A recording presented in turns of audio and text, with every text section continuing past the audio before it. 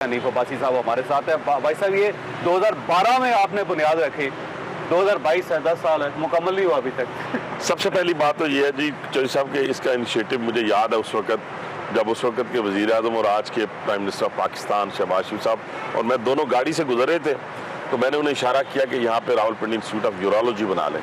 ये कोई लाहौर में तय नहीं हुआ, कोई सिविल सोसाइटी ने आके हमें डिमांड नहीं किया, लेकिन एक पब्लिक रेप होने की हैसियत से हमने ये डिसाइड किया कि यहाँ पे ये होना चाहिए, क्योंकि इसकी एक बुनियाद आ रही थी रावलपिंडी इंस्टीट्यूट ऑफ कार्डियोलॉजी।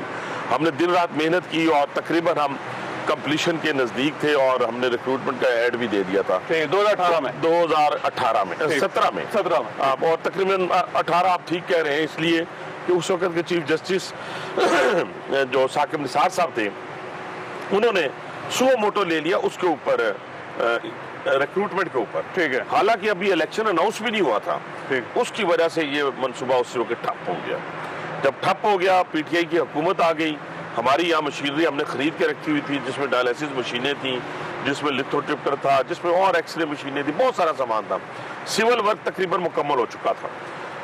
4 साल के अंदर इस हॉस्पिटल के अंदर 1 रुपए का काम नहीं हुआ, और बुनियाद ये थी कि इसका इफ्तिताह जो है वो हनीफ अब्बासी ना कर जाए या सीएम ना कर जाए, लेकिन उस वक्त तो हुकूमत उनकी थी, वो इसको मुकम्मल करते, इफ्तिताह करते, अपना स्टॉल लगाते, हमें कोई एतराज़ नहीं था।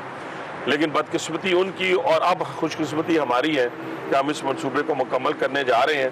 पिछले 30 दिनों में इस जगह के ऊपर वो काम हुआ है जो पिछले 4 साल में नहीं हुआ, और अल्हम्दुलिल्लाह अब हम एमरजेंसी, ओपीडी और डायलिसिस जो है 30 के करीब जो मशीन्स हैं, लिथोट्रिप्टर है जिससे आप गुर्दे की पत्थरी को तोड़ते हैं, वो तकरीबन हम सिविल वर्क भी मुकम्मल कर चुके हैं और ये भी फंक्शनल हो चुका है।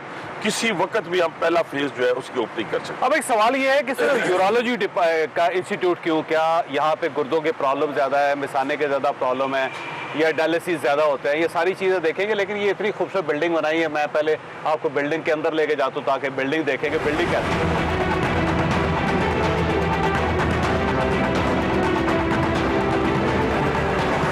कार्डियोलॉजी बनाया था, उसकी बिल्डिंग बेची, लेकिन उससे भी ज्यादा खूबसूरत आर्किटेक्चरली बिल्डिंग बहुत खूबसूरत है। लेकिन ये बदकिस्मती है कि ये प्रोजेक्ट मुकम्मल नहीं हो सका और इसका नुकसान ज़ाहिर है आम आदमी को हुआ। देखिए, सबसे पहली बात चौधरी साहब आपने बड़ी ज़बरदस्त बात की, ये जो प्रोजेक्ट होते हैं किसी की ज़ात के नहीं होते। मैं एक वाक़या आपको कोट करता हूँ। उस वक्त एमएस ने कहा कि मैं इलेक्शन कमीशन के पास गया, तो मैंने उससे कहा कि मुझे बताएं कि ये रिक्रूटमेंट क्यों रोकी है ना आपने।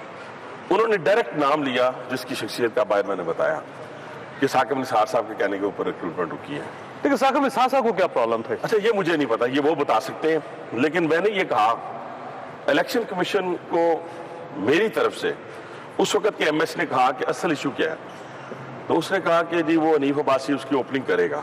ठीक हो गया।